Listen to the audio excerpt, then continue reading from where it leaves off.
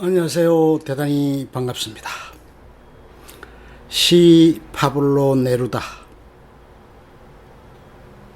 그러니까 그 나이여서 시가 나를 찾아왔어. 몰라 그게 어디서 왔는지 모르겠어. 겨울에서인지 강에서인지 언제 어떻게 왔는지 모르겠어. 아냐, 그건 목소리가 아니었고 말도 아니었으며 침묵도 아니었어.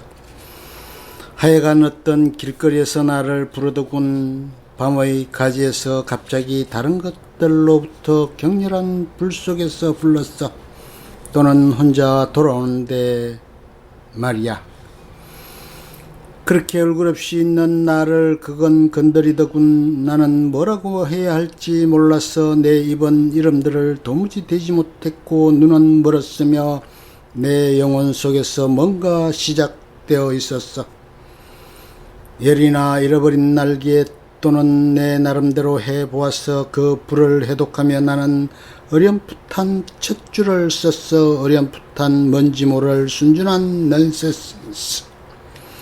아무것도 모르는 어떤 사람의 순수한 지혜. 그리고 문득 나는 보았어. 풀리고 열린 하늘을, 유성들을 고동치는 논밭, 구멍 뚫린 그림자, 화살과 불과 꽃들로 덜 쑤셔진 그림자, 휘고마 도는 밤, 우주를. 그리고 나, 이 미소한 존재는 그 큰 별들, 총총한 허공에 취해 신비의 모습에 취해 그 자신이 그 10년의 일부임을 느꼈고 별들과 더불어 굴렀으며 내 심장은 바람에 풀렸어.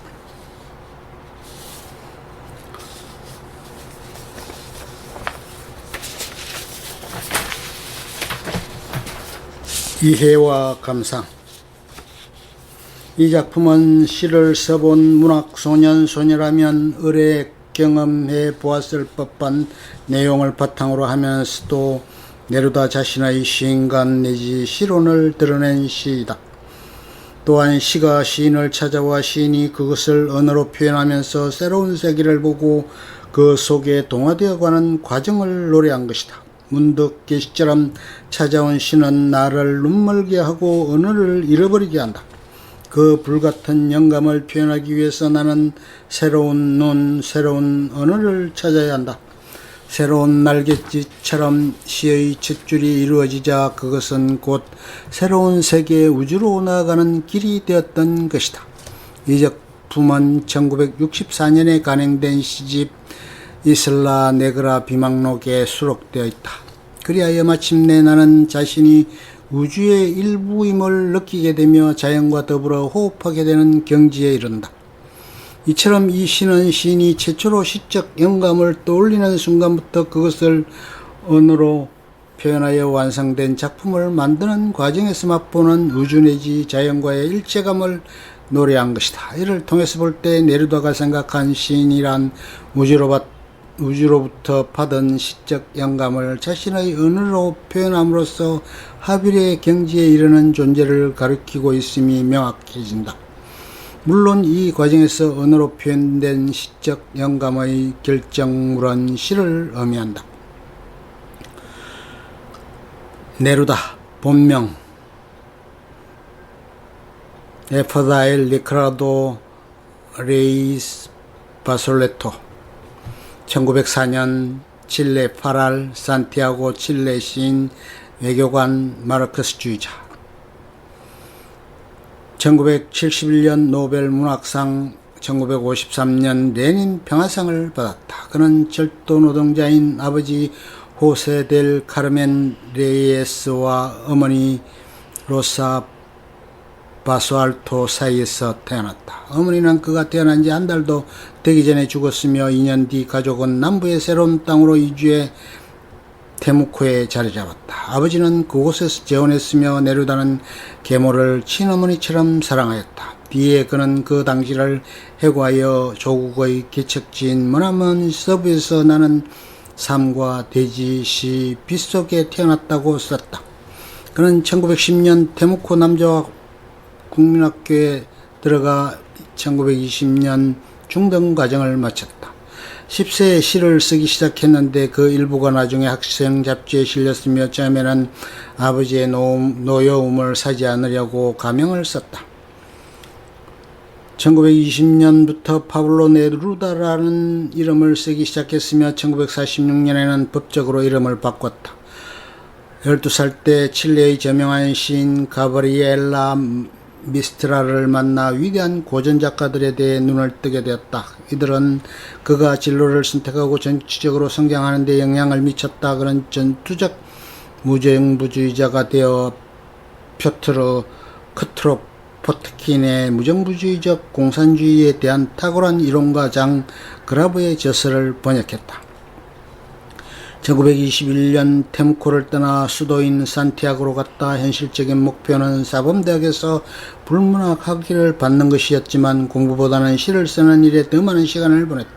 지방 출신의 이 낭만적인 학생은 어깨에 시인의 망토, 아버지가 쓰던 철도 노동자 망토를 두르고 책 넓은 솜브레로 모자를 쓴 차림으로 칠레 수도의 문학계를 뒤흔들어 놓았다.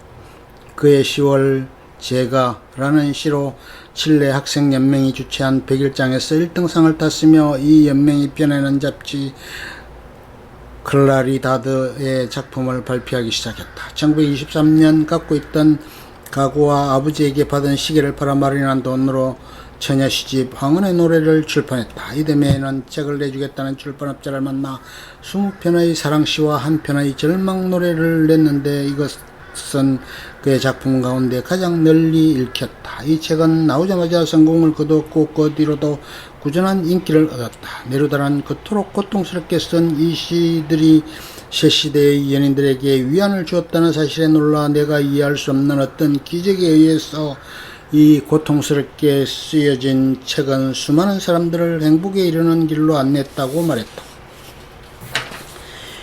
이미 20세기에 두 권의 시집을 출간하였던 네루다는 칠레에서 가장 유명한 시인이 되었다. 불문학 공부를 그만두고 시에만 몰두해 조물주의 시도 토마스 라고와 함께 쓴 반지 고무줄 새총에 미친 사람을 발표했다. 네루다는 1927년 버마 랑군 주재 명예영사로 임명받아 그 뒤 5년 동안 아시아에서 외교관 생활을 했다.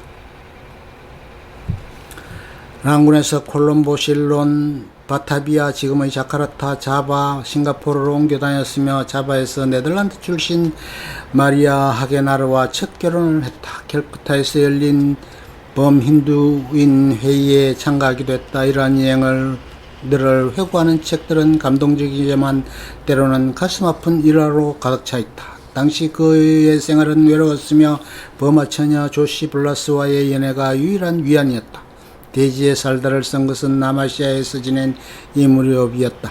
1933년 부에노스아이레스 주재 칠레 영사로 발령받았으며 그곳에서 당시 그 도시를 방문 중이던 스페인 시인 페데리코 가르시아 로르카와 친구가 되었다. 이듬해에는 바르셀로나, 그 뒤에는 마드리드로 진출되어 그곳에서 델리아 델 카릴과 재혼했다. 칠레의 문단에 충격을 주었던 것처럼 유럽 문학계에도 그의 시는 신선한 충격을 던지며 빠른 속도로 알려졌다.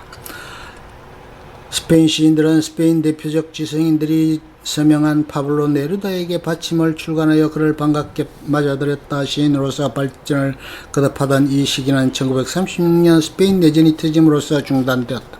친구 가르시아 로르카의 처형과 미겔 에르난데스의 투옥을 비롯한 거리의 유혈사 때는 이 칠레 시인의 정치적 태도를 성숙시켰다. 뒷날 세계는 변했고 나의 시도 변했다. 19위에 떨어지는 피 한 방울은 그 속에서 숨쉬고 있을 것이라고 말했다. 내 가슴 속에 스페인은 내전 중 공화군 전선에서 출판되었다. 그는 1938년 스페인 망명객들을 이끌고 칠레로 돌아왔으나 칠레 정부는 곧 그를 멕시코로 보냈다. 이곳에서 왕성한 창작기에 접어들었으며 이때 쓴 시의 대부분은 유럽에서 벌어진 제2차 세계대전과 특히 독일군의 맹공국에 맞서 스탈린그라드를 사수하려는 영웅적 활약상에서 영감을 얻은 것이었다. 이 당시 멕시코의 벽화도 그의 작품에 영향을 미쳤다. 1943년 태평양 연안의 모든 나라에서 열렬한 환영을 받으며 배를 타고 칠레로 돌아왔다. 1945년 상원의원으로 뽑혔고 3년 동안 조국 문제를 해결하는 데 문학을 바쳤던 것만큼이나 많은 열정을 바쳤다. 그러나 칠레의 우익정부가 들어서면서 정치활동은 끝나게 되었다. 공산주의자인 네루다는 다른 좌익 인사들과 함께 몸을 숨겨야만 했다. 숨어 살던 이 시기에는 작품을 쓰기 아주 좋은 기회가 되었다. 이 시기에 아메리카 대륙에서 쓴 가장 위대한 서사시 가운데 하나인 모든 일을 위한 노래가 탄생했다. 그는 1948년 2월 칠레를 떠나 말을 타고 안데스 산맥 남부를 가로질러 4월에 파리에서 열린 평화 지지자 회의에 참가했다. 또 1949년에는 알렉산드르 푸시킨 탄생 150주년 기념 행사에 참가하기 위해 처음으로 소련을 방문했다. 그 뒤 유럽의 다른 지역을 돌아보고 다시 멕시코를 방문했다. 1952년 좌익 작가와 정치가들에 대한 건거령이 철회되자 칠레로 돌아왔으며 칠레 출신의 마틸데 우르티아와 세 번째로 결혼했다.